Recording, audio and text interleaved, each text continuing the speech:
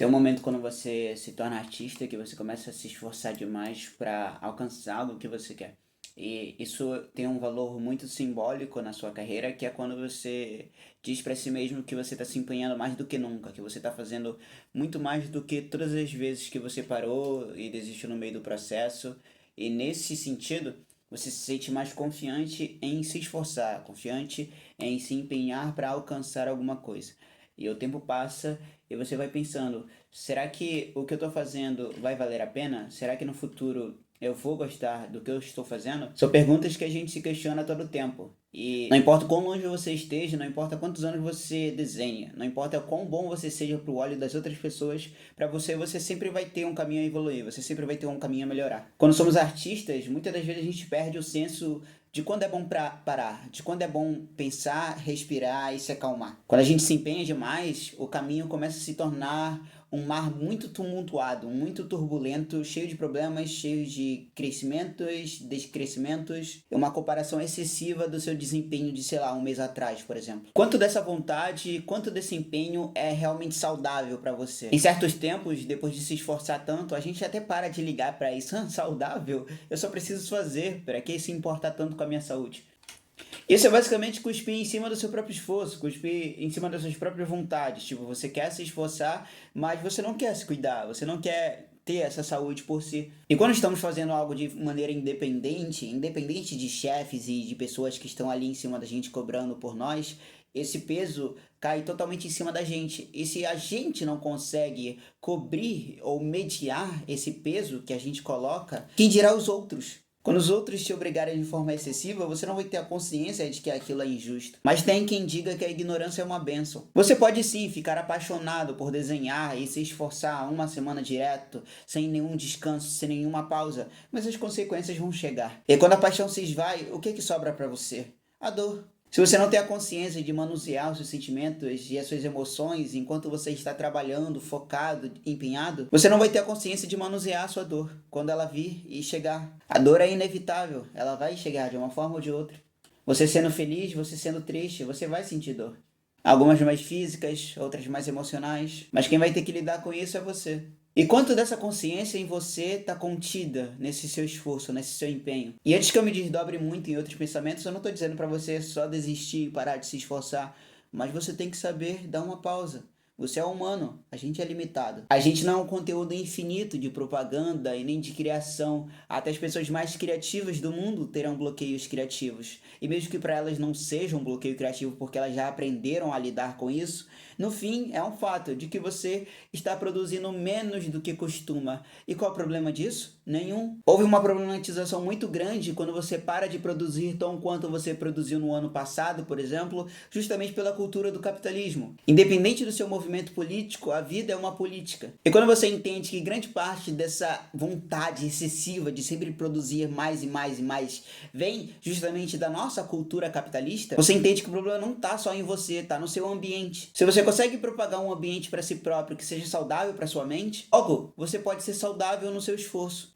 Mas no fim, tudo que eu falo são palavras. Isso depende de mim para você mudar? Não. Depende só de mim para eu mudar? Também não. Mas a gente pode facilitar a nossa vida. Você não é uma pessoa horrível por ter parado de tentar. Você não é a escória da sociedade por ter se embriagado uma vez, ficado no bar, chegar tarde em casa e jogar um LOLzinho. A gente é mais do que uma definição de uma só palavra. A gente não é só um lixo. A gente é quem faz a reciclagem também, por exemplo. E talvez não seja o melhor exemplo, mas da reciclagem pode surgir uma coisa muito nova, uma coisa muito boa. Mas para existir a sua obra-prima, tem que existir a mediocridade. Para existir o seu esforço máximo no desenho, tem que ter os momentos de pausa. Para tudo que você faz na vida, uma hora você tem que parar. Somos limitados. Sabe aquele conselho clássico de que toda pessoa experiente em desenho te diz para quer desenhar e quer melhorar? Desenhe todos os dias, mesmo que seja um rabisco.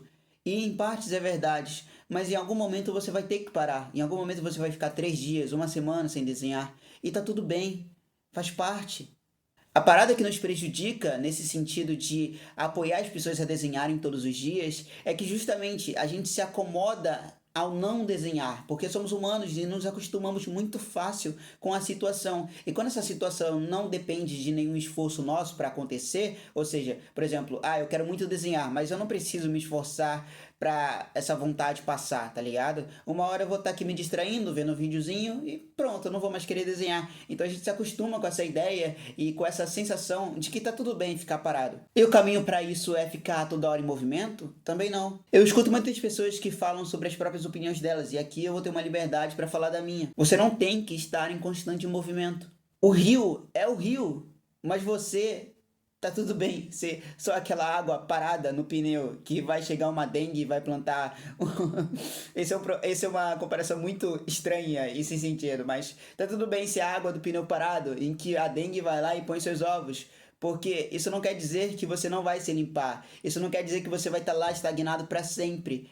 Para o rio ter uma correnteza, ele tem que surgir de alguma coisa.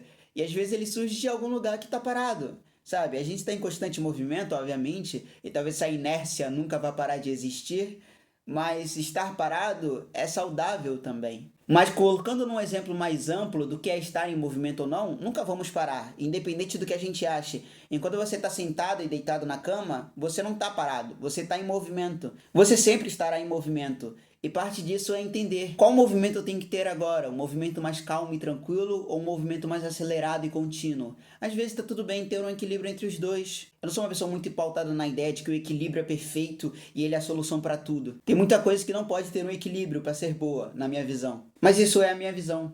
Precisamos pensar por nós mesmos, pensar em nossas próprias ideias e em nossas próprias motivações. Ou seja, talvez a minha conclusão no final agora não seja tão boa, mas mesmo que você se empenhe bastante e se esforce muito, você tem que ter a consciência do que você está fazendo, ter um lado racional que te puxa para esse lado racional, de que você está na paixão, você está apaixonado por fazer aquilo, mas nem só de paixão vive o amor. O amor é uma prática, obviamente, mas você não precisa praticar a todo momento para amar a si, para amar algo que faz, para amar a criação ou o empenho. Parte do amor é saber quando parar. Sabe aquela frase triste de todo divórcio, de que eu amava demais, mas eu tive que deixá-la ir, pois isso foi a verdadeira prova do meu amor? Quando a pessoa não te quer mais e ela não se sente mais bem com você, mas você ainda a ama, mas porém, todavia, deixa-a partir, isso é mais do que uma prova de que você a amou de verdade. Pois amar não é só praticar,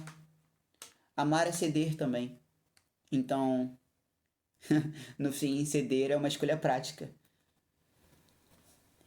Enfim, foi uma conclusão confusa. Eu disse que não seria a melhor do mundo, mas é isso que eu tenho para hoje. Obrigado por me assistir. Fique bem, beba água e se cuide.